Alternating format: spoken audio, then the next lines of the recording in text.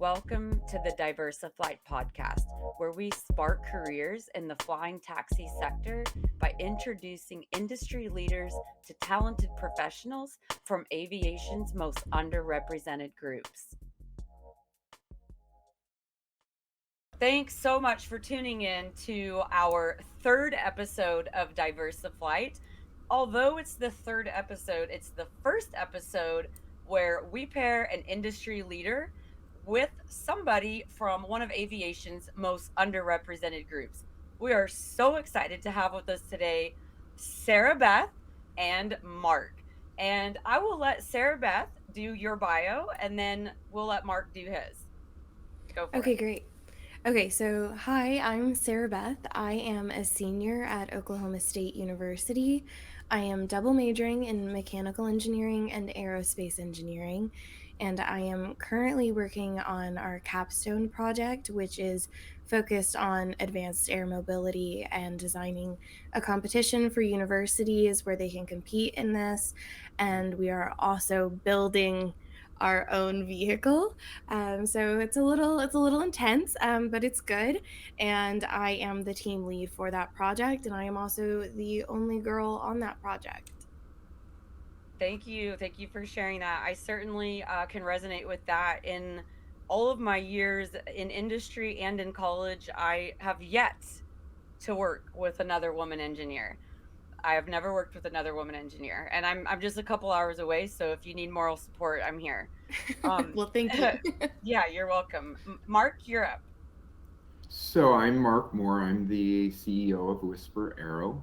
And prior to that, I led the engineering team at Uber Elevate. In fact, I co founded Elevate with the chief product officer, Jeff Holden, and Nikhil Goel.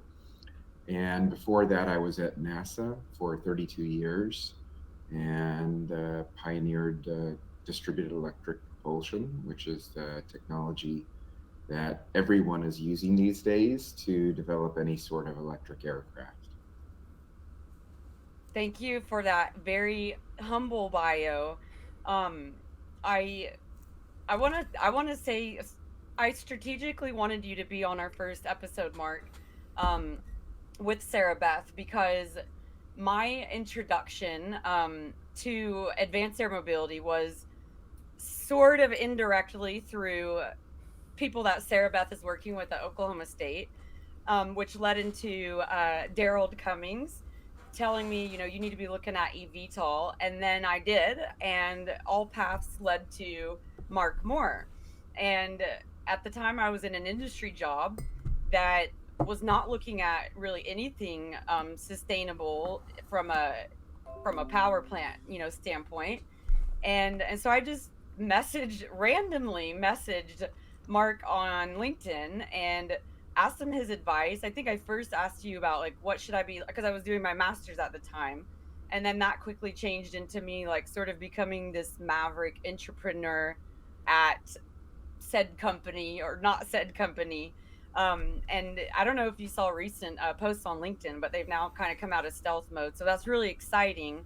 Mm. And so, the way I see the industry, I was so happy you said one word that stuck out, which was pioneer. I see you as this pioneer and this leader, and it was so critical for us to have you on as the first guest on the episode because I think you're kind of the trendsetter for this space. And of course, we all, value your leadership and all of your hard work and are beyond grateful to have you on this episode. So Well, thank you both for those bios. And Chris, go for it. Yeah, so Mark, now that we've thanked you for being on, I figured it's time we put you on the spot by asking you a surprise question. It's just, an icebreaker. I wanted to ask, you're clearly a talented person in our industry and someone, I think, to be looked up to as a pioneer. But I wanted to know, what are your hidden talents? Do you do ballet? Are you an artist or something? Like what is it that you do other than your work? so I am truly an engineer at heart. I love to work on hardware. And so I've remodeled 5 different houses. And Wow. currently, I've bought an entire resort this time around. And now I'm remodeling and renovating the a resort here in Tennessee, which Wow. Whisper is located on. And I love to work on cars, so I often buy old cars and tear them apart and put them back together to bring new life and have a sense of creation in my own little sphere. Wow. I love that question. What's your favorite car or house or remodel project that you've done? Which one is like your baby? Always the latest one that I'm working on. That's what you get totally, into. So right now I'm redoing an Infinity G37 convertible that's 10 years old. And it's in pieces and not running right now. And at the resort, there's 20 different projects that I'm doing. And thank goodness I have contractors helping me, but I always like to get my hands dirty and do the actual work myself. That's really cool. So Sarah Beth, what has your experience been like? And by the way, we don't. Yeah, actually, let's ask her the same question. Yeah, please, Sarah Beth, what are your hidden talents? I am pretty much an 80-year-old woman at heart. I can crush a puzzle. You can give me a puzzle, I won't walk away from it until I'm done. That's probably one of my big ones. I was in color guard for a long time with band, so Oh, cool. waving the flags and everything. Did that in college. That was fun. But yeah, really, I'm just an 80-year-old woman at heart. Give me some yarn and needles. I'll knit it. I'll knit you a sweater. Like Your ways.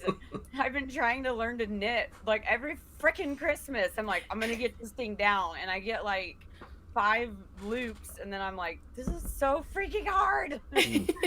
Once you get a hang of it, it's really, really easy. But that learning curve is pretty steep. Yeah, I got to get like the muscle memory part down. Well, that's really cool. Hopefully, you can also provide us some color guard pictures. That'd be fun to throw some of Yeah. those in. We love seeing who people are outside of engineering. I have the opposite problem of Sarah. I'm a 10-year-old and I'm extremely immature. You will catch me climbing a tree, playing. I actually was playing cards with my nephew over the summer, and it got so competitive that and by the way, he's 10. It got so competitive that we were like snatching the cards and we had to be separated. I was like, okay, yeah, I'm such a child at heart. So I bet we'd be a good balance with our age differences. Chris, what about you? Any hidden talents? Any talents? Any talents at all? I think I'd have to say art. I mean, I'm an artist. I consider myself, an artist kind of first and foremost sometimes in terms of my personal, values. Yeah, whether I'm talented at it, whether we consider it a He hidden is. talent, then I've seen I'm not it. sure. Mhm. But it is definitely something that I enjoy, kind of beyond the scope of work or what have you. Cool. Thank you for sharing. I like to say I love to play the ukulele. I'm getting there. I have a bucket list to do a 30-minute open mic session, which I have my set list down, but it's not there yet. It has to be flawless, so I'm not there yet, but I'm working on it. So, but yeah, so I'm just gonna jump right in. This industry, it has some growth to do. As we see mostly white male, and in no way, and Mark, I don't know if you knew, we did the first diversity panel at TVF. I guess it's been almost 2 weeks ago now, and I couldn't believe. Well, just 2 years ago when I was at TVF, I didn't meet any women. There were a couple of women there, but I just didn't meet them. This last year, or this last time, a couple weeks ago, I mean, I can't even remember how many I met, but there were so many. And when we did this panel, and we talked about everything. We talked about the LGBTQIA community. We talked about racial issues. We talked about, accessibility. We talked about, neurodivergent and being on spectrums and whatever else I'm forgetting. And I always tell people, call me out if I'm not being inclusive. Um, and the thing that I really wanted to, drive home in that panel, which I want to start with on this, is that in no way are you, Mark, expected to be perfect or are expected to have the answers. We all have this thing called human bias. um, my daughter is biracial, she's half black, and I thought for many years, my daughter's almost 27, which is really freaky, she'll be 27 next month. I thought I was immune to being racist. Like, my daughter is black, and all this sort of thing. And then I learned about the Harvard, I can't remember the name. We'll definitely have to put a link when we edit it. The Harvard bias test. That's not the official name, but if you put that in, you can take it. And I took it a couple of years ago, and I was pretty shocked to learn that I had some really negative bias towards African American people, specifically African American women, which is what my daughter is. So that really didn't sit right with me. And instead of just saying, this is BS, I really began to like self-reflect and kind of think about, okay, where can I grow? Where am I not listening? And really started learning what it meant to be an ally. And then I went back and taken it again, and the results have been better, not perfect yet, but it's not about perfection, it's about continuous improvement. So, with that said, Mark, there are no wrong answers, and Sarah, there are no wrong questions.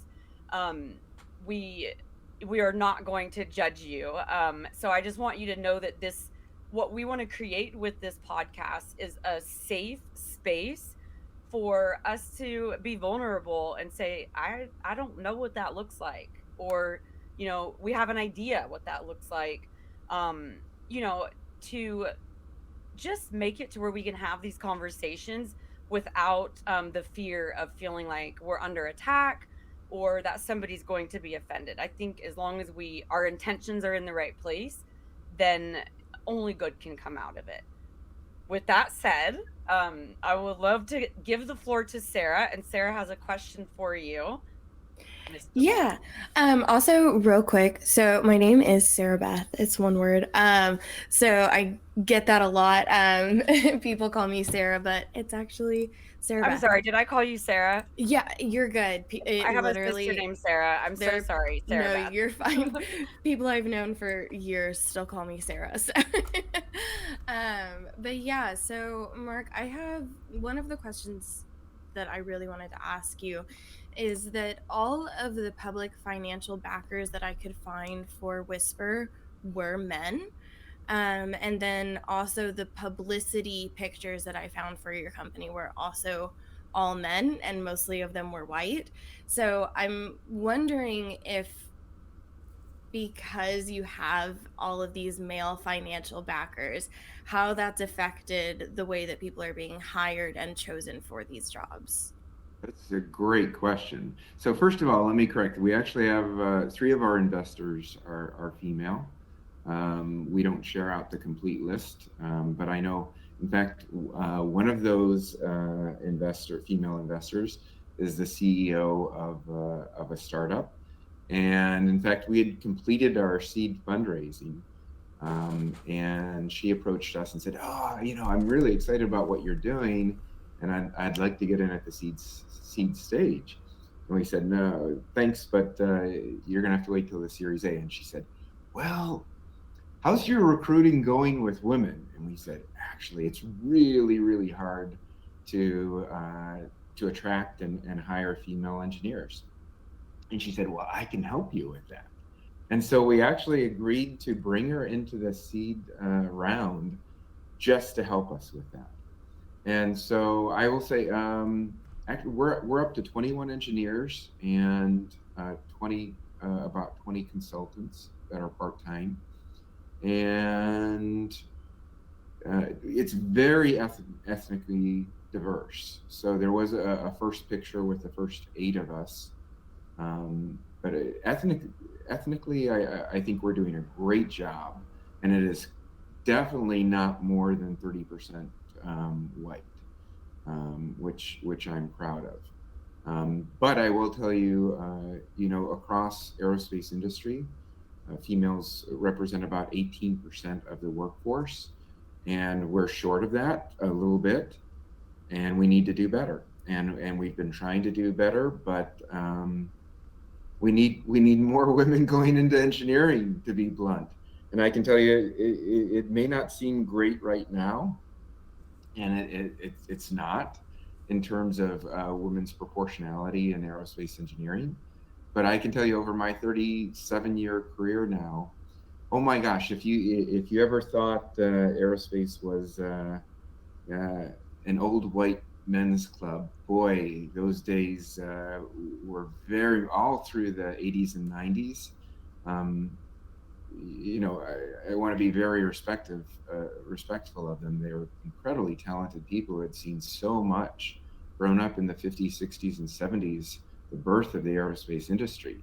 But it was very much, when I joined NASA, it was very much an old white men's club. And we're certainly doing much better than that, but it's still got a long ways to go. Thanks for sharing that. Sorry, Sarah Beth, did you want to say something to Head's reply? Um, I don't think so. I just have a couple more questions whenever we get to them. So Cool. Yeah, I kind of want to unpack a little bit of what you said. First off, I don't know if the woman investor that you're talking about is wanting to remain anonymous, but we would absolutely love to have her on our show. So if there's a possibility for an intro, she's already my shiro by what you've told me about her. I'm really proud of it. It takes women, doing stuff like that. Yep. So, I would kudos. love to introduce you. So let's Cool. take that as an action item. Yes, love it, love it, love it. Writing it down. Um, and something that, and again, Mark, I mean this with all due respect, and I certainly don't want you to feel, even though I think sometimes we've trolled each other on social media, or I've trolled you, maybe a little bit of both. But hey, it got you to come on the show, and that's what I wanted. So thank you for being a good sport. It was all in good fun, and it's all for the greater good. But something that I found as a second time founder now, um, you know, our company, not one person is the same. And I don't try. I just say what's on my mind. I stick up for people. And I'm not saying that you don't do this, but I want to share a little story about my experience in industry and what I think it's important for leaders to, especially male leaders, to kind of recognize and be able to see this before it becomes unsafe, because we want to put safety first, right? Yep. So I was in an office with about 100 men, and I was the only woman. And there were things, where I wasn't listened to, and little things that didn't make me feel unsafe, definitely made me feel frustrated, and like imposter syndrome and all that sort of thing. But then it actually came to a point where a couple of the guys, specifically one guy, was mentoring me, and was helping me access some of the tools that my own team wouldn't show me how to access. And then I declined sex from him, and he said to never talk to him again. He wouldn't help me with anything. I went to HR. There was a investigation. There were witnesses. There were text messages, only to be told that there was no, harassment or anything like that. It was absolutely devastating. I walked out of HR and I just like fell to the curb and cried at one of the hardest times I've ever cried. And it was a woman that delivered the news to me, and I could see in her eyes that she didn't want to, but she was made to, and I felt her pain as well as my own pain. And I said, and then to fast forward a little bit, because there were no consequences, it escalated, and I refused to come to work because I felt unsafe, and I basically protested, and I said I will not come to work until this is dealt with. And then somebody else, another woman, was actually hurt because there were no consequences, physically hurt on the company premises. And this all could have been prevented if, as a leader, like kind of what you can look for is women in isolation. When you have 100 men, right? I'm going to say 99 of those men are good guys, and one of those guys is sketchy. But Yep. the 99 good guys don't know that the guy is sketchy until there's a woman around, right? There's not really anything for them to be a predator on until a woman comes around. And they don't do it in front of the other guys, they do it when they're not looking. But where the real issue comes in is when the woman speaks out about it. Yep. It's very difficult for those 99 good guys to believe that woman. And I see this time and time and time again. So I just beg you, when a woman says something like that, to listen and to really, urge your teammates to listen. And bringing a woman on is a really easy way to kind of weed out that toxic behavior that's just really bad for business, in general. Yep. So I just wanted to kind of share that. And if anybody wants to add on to that, go for it. Well, look, that was a horrible experience for you, and absolutely, companies have the responsibility to make sure that that doesn't happen, or when it does, to fix it and take significant action. So one thing I am proud of, I mean, our percentages for women are not as good as they should be, but of the 4-person executive team that we have here at Whisper Aero, 2 women are on that executive team. And Awesome. so they have the opportunity. I mean, the 4 of us sit in the same office together every day, and they have the opportunity to hear and see everything that's going on in our decision making. One of the women leads is a program manager who also takes the role of doing the day-to-day ops leadership. What's her And name, Mark? Can we have her Jeannie, name? What is Jeannie, it? Jeannie, De- Jeannie or Deanie? Jeannie. Thank you. And Jeannie also takes the responsibility for the daily ops activities. So and on the HR side, Rebecca is leading all of the HR activities. And so, I mean, they're in 2 pivotal roles where if anything like this did happen, they would be in a position of authority to make sure that the right things happen. So, look, I firmly believe in diversity, and what's true for women is true for all ethnic minorities as well. Everyone has the potential to feel disenfranchised and pushed out, and any great company uh, needs to make sure that doesn't happen. Or again, if it does happen, fix it. Again, being part of a small company, we're sort of in a wonderful position where everyone reports to me personally. And so if anything like this did happen, then I'm the responsible person. And you can't say that at big companies. So I would encourage women and minorities, um, to participate in small companies, in startups, because then you have much more opportunity to be involved in a very tight, fast-moving team that I think has greater responsibility than big institutions that have to overcome inertias that have been in place for decades. Yes, I agree. But I will say that um I guess because I'm so outspoken about this topic, a lot of women, and and as far as like ethnic diversities, we as an industry seem to do pretty good in diversifying the men, except when it comes to African American, Black men. That piece is missing. And what's crazy is the National Society of Black Engineers is, sprouting and blooming. I think they have this goal of like 10,000 engineers by, I can't remember the date, but the talent's out there. We can't hire them fast enough, our company. And so, and I'm not, well, I guess I am trying to brag. But that was scary. I had to do a lot of scary stuff to get to that point. I applaud you, Mark, and I know that you're one of the good ones for the time that you took with me when I was a perfect stranger, to help me really shake things up at my old job. But I've also, heard stories from women at these eVTOL startups, and it's happening there as well. In fact, I was at an event. I was at CES with a prominent person from a very well-known eVTOL company, and I had to have one of my friends rescue me. We'll just say that.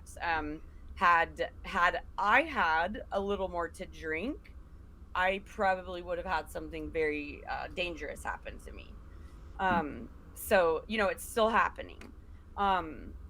But with that said, I would like Sarah Beth to get a chance before you go to your next question, Sarah Beth. I want you to have the opportunity to tell Mark, like, what are your top skills? What are your favorite things to do? Where do you feel like you're in your zone? Like, technically, like if you were to work at a startup, what do you see yourself doing?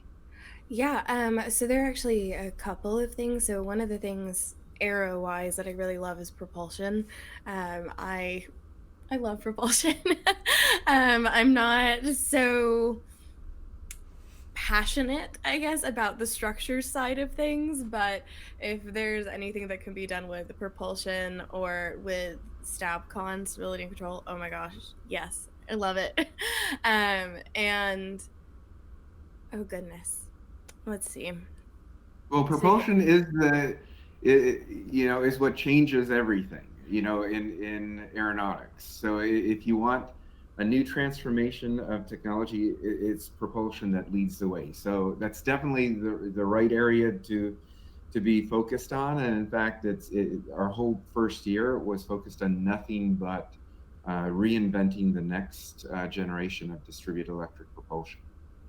yeah, it's my favorite. And then as far as like startups go, so the thing that I eventually really want to do with my life is I actually want to start my own company that specializes in engineering PPE for women and people who are not given. I will invest. Thank you.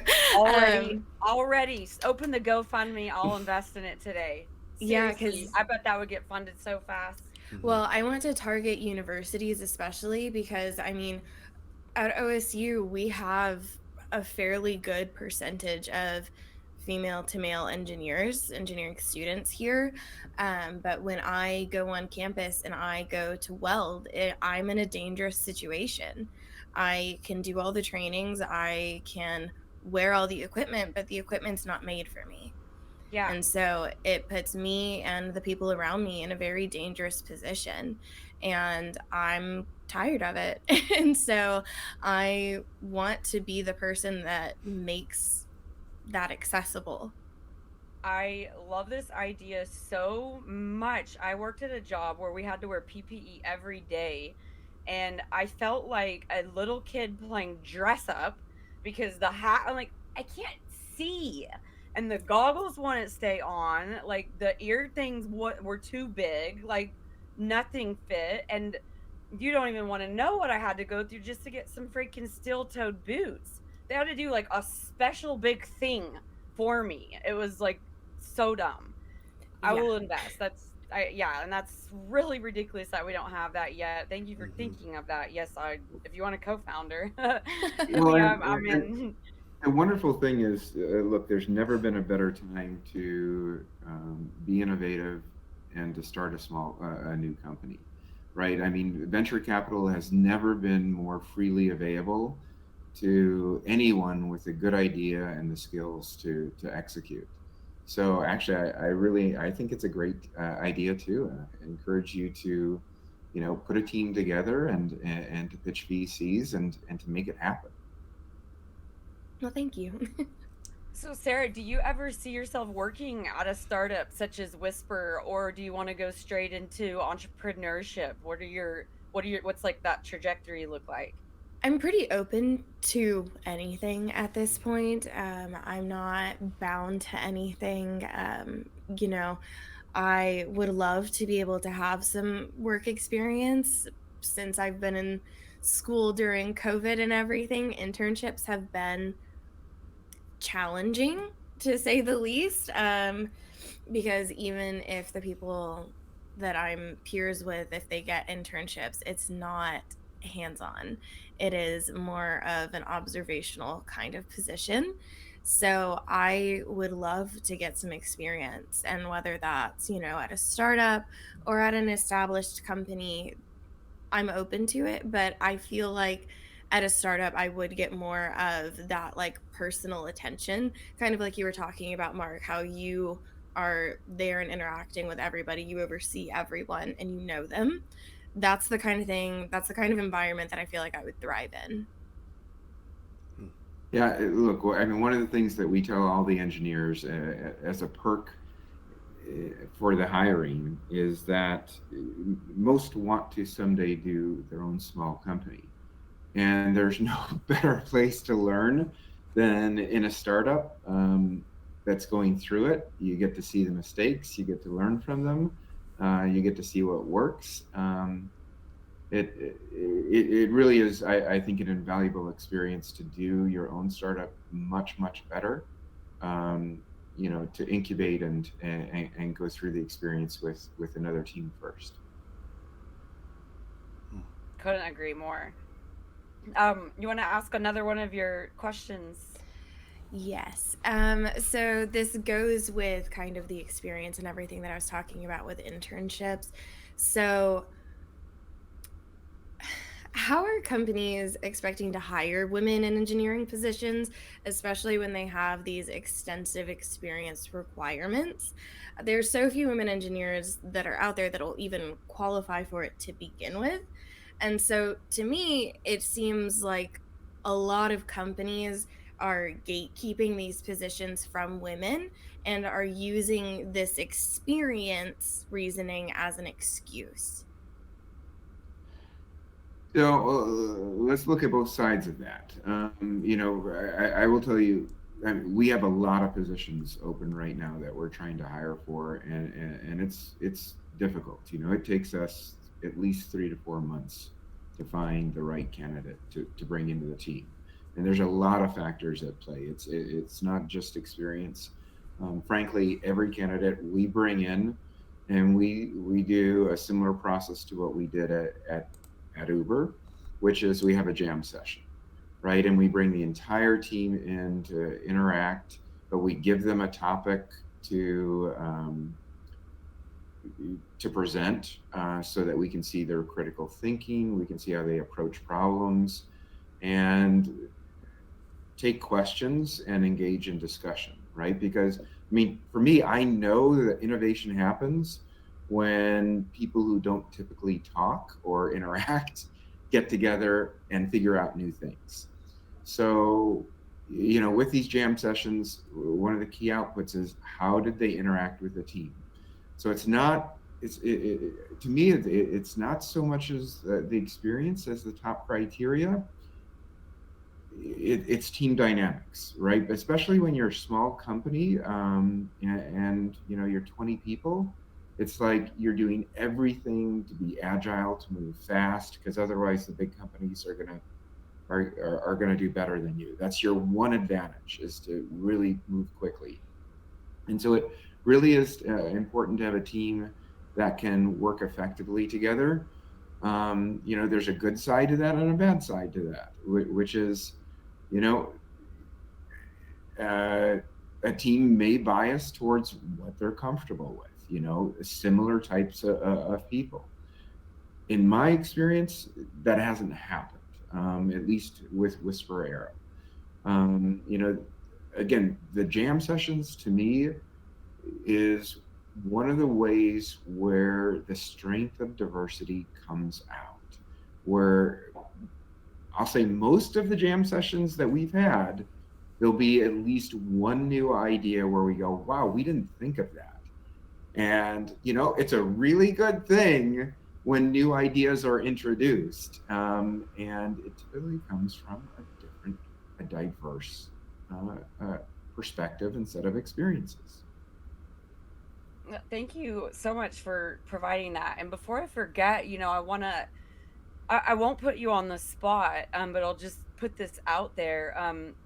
If if you do see, a leaky pipeline, as they say, that's more weighted, like something that we see often in aerospace is fewer women, fewer percentage of women being hired, but higher percentage of women leaving. And if you ever experience that, I encourage you to reach out to Women in Drones, who is developing a training to address exactly this.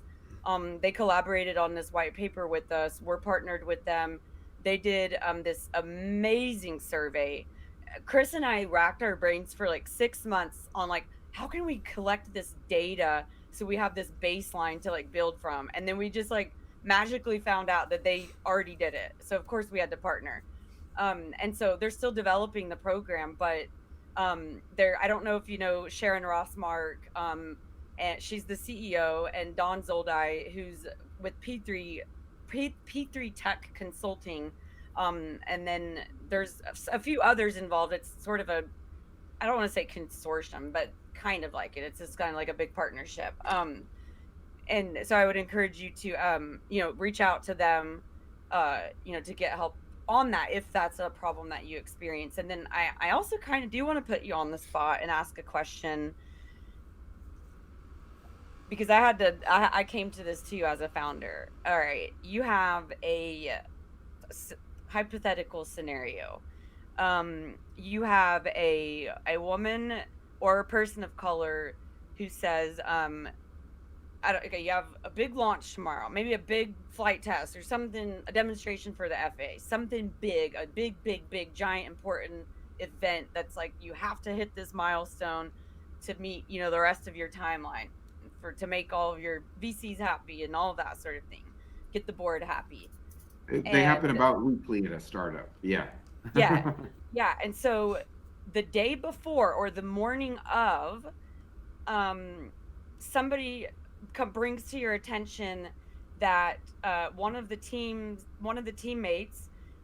is either feeling threatened, in danger, or unheard, and is having a mental crisis, or I don't want to say, a mental crisis, because they are considering leaving the company because of this thing that they experienced. Whether if you've had time to assess it or investigate it yet, do you pause the milestone and address that person, or do you go ahead with the milestone and make that person wait? So I can give a recent example. I've never been in that hypothetical situation, but even this past week, we're actively pushing very, very hard and quickly towards a specific drone test.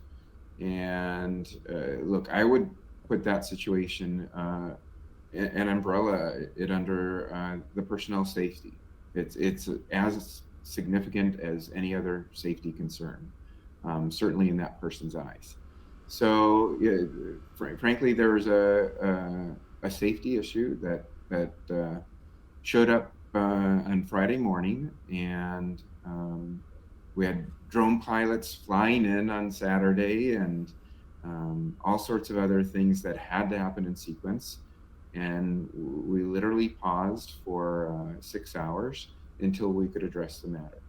And the drone testing didn't start on schedule on Saturday, but instead started on Sunday. And it wasn't the end of the world. And it was very much something where the entire team felt good about the delay, and that it was worthwhile for that specific safety issue. And look, this is also one of the wonderful things about being part of a startup is every single person matters. Every single person cares too. It is so different than working at a huge NASA or, an Uber or a Boeing. It's very much more like a family. And, if that sort of situation comes up in a family, yeah, you're going to drop things and address it.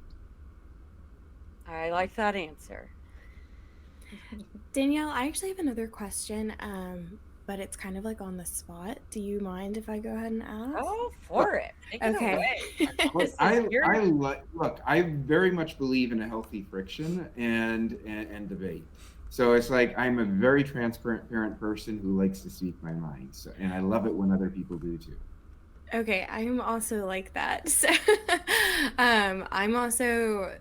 I like to ask hard questions. So if I'm pushing you, I like to answer hard then questions. perfect. We're both getting to do what we like then.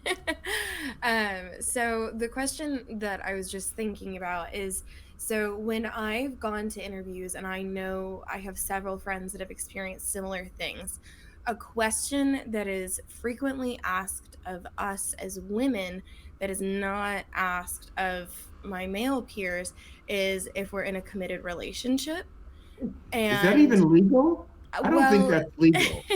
so It the reason happens. that they ask is they want to know basically if we're engaged, planning to get married and have children. And this is something that we face like during the interview process, is Wow. if we are planning to go on with our lives and go on to have children and make that a priority in our lives, and that becomes a hiring factor. Yeah. And so part of that is, I guess I'm wondering, have you ever found yourself subconsciously or consciously looking at a woman that you are thinking of hiring or bringing in and looking at whether they are in a relationship or married and have children, or if they're pregnant and they're going to have to go on maternity leave, if that's something that creates hesitation for you when you are bringing in women? So it's never happened to me, and I've hired and interviewed many women. And actually, one of the things is I brought up, I was at Uber for 4 years, and I was there during the very difficult years where they were facing different allegations from female engineers. So I can tell you, very much I have grown up in a startup after my NASA career, where there were difficult issues to deal with, and some systemic issues at a tech startup that had to be addressed relating to women. So very much, I know how things can go badly, and that you never want a company to get there. So no, that has not come up in my situations at all. And frankly, I think this goes back to something that Danielle said, which is, look, it's really important, if we're going to get over these kind of things in society, is we figure out a way to discuss them where people get comfortable, right? And so I would say in that interview, if that happened, that you're forced to put a smile on your face and you say, look, do you ask this of your male engineers? And because there's different ways to do it, and you're going to get different reactions, right? If you just push back hard and just go, this is an inappropriate question, which it is, and you'd be in your right to say that, but you're not going to end up with a success criteria that we all want to get to, where it stops happening, right? And so finding ways to deal with people to win them over to good behavior is a responsibility on us, right? It's not just about them. We've got to get them there. So I really encourage, if that ever happens to you, find a compelling way for them to question that, and so that they realize they should never ask that a question again. And I'm going to give the potentially toxic but powerful piece advice. You take whichever road you prefer, but I've built a TikTok of over 20,000 followers, and my favorite thing to do is to say, "Could you ask me that one more time?" without them seeing, and hit the record and upload it and put them on blast. And it usually, nips it. I like shining a light where there's dark, but I also enjoy controversy. But Mark, I really, really, really thank you for saying that, what you just said about Uber, because I was like, he's not bringing up this. So I've mentioned that, people have brought some things to my attention, and they were from Uber. And so I'm just so glad that you acknowledged it, and you're not like trying to brush it under the rug. That earned you like tons of points in my book for, being able to be transparent. Obviously, we can't discuss everything, but at least acknowledging that it was something that went on, because that's where a lot of, those stories came from. So thank you for that, and speaking out against that. And yeah, I appreciate that. That's big. And I'm not disagreeing with your advice for Sarah. I'm just more controversial. And I sorry, I normally don't cut in because I'm behind the scenes, but well, I've never been asked that question in my limited. Well, I've never been a professional engineer, but that's another story. Betty, Um, do you want to turn your camera on? oh, sure. Join the Um, show. I do want to let Sarah Beth know that while it is not illegal to ask that question, most hiring personnel, hiring manager, or even CEOs tend to actually avoid that question. So if you hear that question, I do agree with Danielle and Mark that you need to put the question back on them without you know being too combative, but letting them know where your stance is. But at the same time, I think that also gives you an idea of their work culture because most large companies tend to avoid that question like the plague. And I speak from a very limited experience of friends who work in that capacity, as an HR person, or as a hiring personnel. So that's my 2 cents. Well, thank I you. like the cameo. That's a first.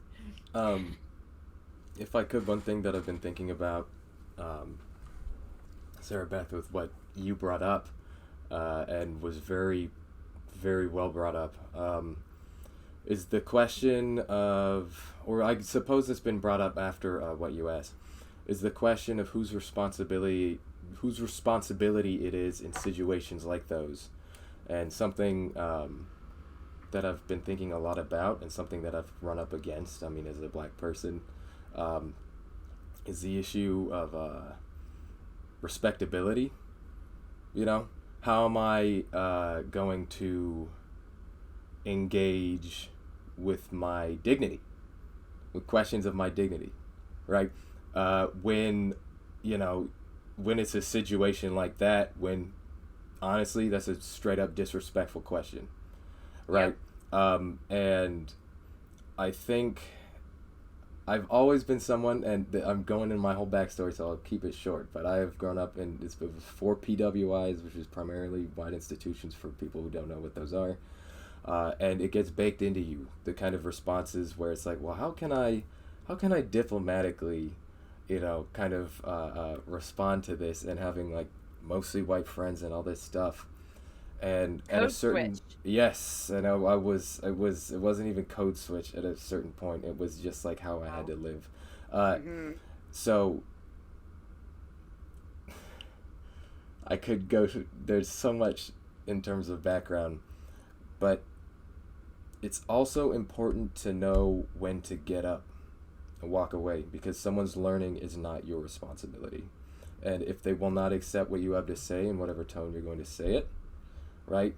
It's also on them to be open to learn, right? Particularly, I mean, if you are, someone going into an interview and getting asked an inappropriate question, and you have an interview at 1 p.m. and one at 2 p.m., and they both ask you that question, then you have one at 3, then 4, then 5, and then on Sunday you got one, you got like 4 more or whatever. It's all day, and then it's all month, all year, and the rest of your professional life. So I think it's so important to, like, for employers too, to, if they get a negative response on some of these questions, to really step back for a second, and no matter how it's phrased, whether it's, well, let's talk about that, or I never want to talk to you again, they have to know, they really have to know how to step back and say, okay, is this something where someone's getting asked this over and over and over and over based on who they are and assumptions that, I'm making? That, again, I mean, Danielle brought up the Harvard implicit bias test, which again I think is the title. It's been a long time since I've taken it, to my fault, but it's something where you must engage with your implicit bias. So, and I'll be very clear, I'm sort of saying this like generally. I wasn't saying this to you, Sarah Beth, who I think has got it in terms of understanding. So yeah, sorry to cut in for as long as I did, but it's Chris, been... you're not cutting in. You're the co-host, and I love it when you talk. Chris is like my guardian angel. Sometimes I feel like he's very young but very wise, and I lean on him for a lot of stuff like this. He's just got really sound advice and strong moral compass, and thank you for that insight, because that was well said. Like, Thanks. perfect. Like, I wish I said that one. I'm over here gonna get Sarah Beth viral on TikTok and unhireable. Well, I mean, again, I'm not a lawyer. I'm not your lawyer. All that disclaimer. You do have to be careful when you're recording. I mean, making sure that you're in a two-party consent state. And if my safety's at risk, I bypass but that. yes, That's how I feel. But yes, you should. I feel like you should make your stance clear, and I think true to Mark's point, about startups being more close knitted. I think that's alluding to the work culture. A lot of times you can get a sense of a company's work culture by their website, by their statement, by their corporate statement, by interviews of their CEO. You seem like a person who likes to do a lot of research. So I mean, I would highly encourage you and everybody else to find out more about it. I think finding a job is kind of like a professional courtship. They want to know if you're a good fit, but you also want to know if they're a good fit, and you need to have some information before going into that first meeting. I think while that's not always while what they say publicly may not be always true, at least there's something to stand by. You can actually address them on it. If they ask you an embarrassing or disrespectful question, like Chris said, we can say, well, hey, according to your website, that the sense that I got is you promote these and these values, and that's not what I'm getting here. So I feel like there is a way to be strong, like Danielle and Chris say, which I always admire, but also at the same time be diplomatic, because at the end of the day, you want to stay in that industry. Yeah, and I always value Betty's. I'd say I'm the flyer, and then Betty grounds me. She keeps me from getting into too much trouble. Because we need you to do the important stuff. Yes, we're at the top of the hour, but I hope, I don't know if you guys have 5 more minutes. Awesome. Great. I have two action items for Mark that I want to ask you to commit to. One, will you commit to, it is a big one, will you commit to taking the Harvard implicit bias test and coming back on our show in, I don't know, within the year, maybe a year from now, and sharing your results with Sure. us and unpacking Sure. them? Yeah, just send me the link, and, Cool. and that's a great step for me to take. Cool, and we'll do it as well, so you're not alone. And because I learn yucky stuff about myself every time I do it, so but it's like, oh my gosh. Okay, and then the second action item is Jeannie and Rebecca are your key to unlocking the women talent pool. Highlight them. Why am I just now hearing about them? Do something fancy for them on the website. I want to see them. Sharon Rossmark always says, if you can see me, you can be me. And shine a light on them, and you're going to attract women like magnets. Now there's 3 more minutes. I guess I'll ask, I will yield those 3 minutes to Sarah if you have any last questions for Mark before we go. Or Sarah Beth, come on, Sarah get Beth, it right. thank you, Mark. God, thank you. Sorry. Well, yeah, I kind of just want to add on to what Danielle was saying is, as somebody who is looking at jobs in the industry and everything, it is very scary for me to look at a company, whether it is one that has been founded for years or a startup. It's very scary for me to look at a company and only see pictures of men. It makes me want to avoid them like the plague, because to me, it's saying this is our established group. This is what it is. And if you come into this, you're going to be different. And we will have to change our dynamic so that you feel comfortable. And that's not something that I or any other woman I know wants to walk into. We want to walk in somewhere and we want to feel that we are not creating a discourse. We want to feel like we are walking in somewhere that is not going to change because we're there, but is already going to accept us for what we bring to the table. So I'd love to respond. And that at first, I accept what you've said and agree with it. But I'm also going to encourage you that, look, I've been a pioneer my whole life, and I firmly believe and derive a lot of satisfaction from being a pioneer. Look, there's just not a lot of women in aerospace, and we need women pioneer to change that. And the fact of the matter, the saying's absolutely true. I'm so sorry to interrupt. I'm Mark. I gotta interrupt. We need the male engineers to give those women the spotlight. Oh, we're really wanting to hire women engineers. We're really, I mean, just most of the startups that I know, this is something we talk about all the time. It's like, where can we hire more women engineers? So it's foremost on our mind. I really don't think we're the inhibitors on this. No, I'm just. So you're the enabler. You're the enabler. You can enable it. We're trying. I agree. But I just want to say, it's like, if we're going to change things, and we should all be trying to change things for the better, and getting more women engineers will make things better. But look, having been a pioneer my entire life in engineering, it's like there's not a lot of thanks given to pioneers, and there's a lot of times you get arrows in the back. And frankly, if you derive value from making the world a better place, that's okay.